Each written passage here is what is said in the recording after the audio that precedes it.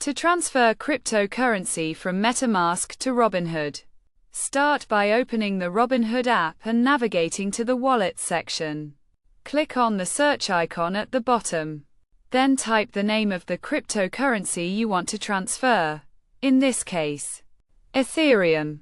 Select the Ethereum option from the search results. And on the next screen, scroll down and click on the Receive button. This will display your wallet address, which you can copy by clicking the Copy Address button. Next, open the Metamask app. Log in to your account, and ensure that the Ethereum main network is selected at the top. Choose the Ethereum option from your portfolio, or select the cryptocurrency you are transferring. Scroll down to the Send button and click on it. Paste the wallet address you copied from Robinhood into the relevant field and click Next. Then, enter the amount you want to transfer, either in the cryptocurrency itself or in your local currency, and click Next again.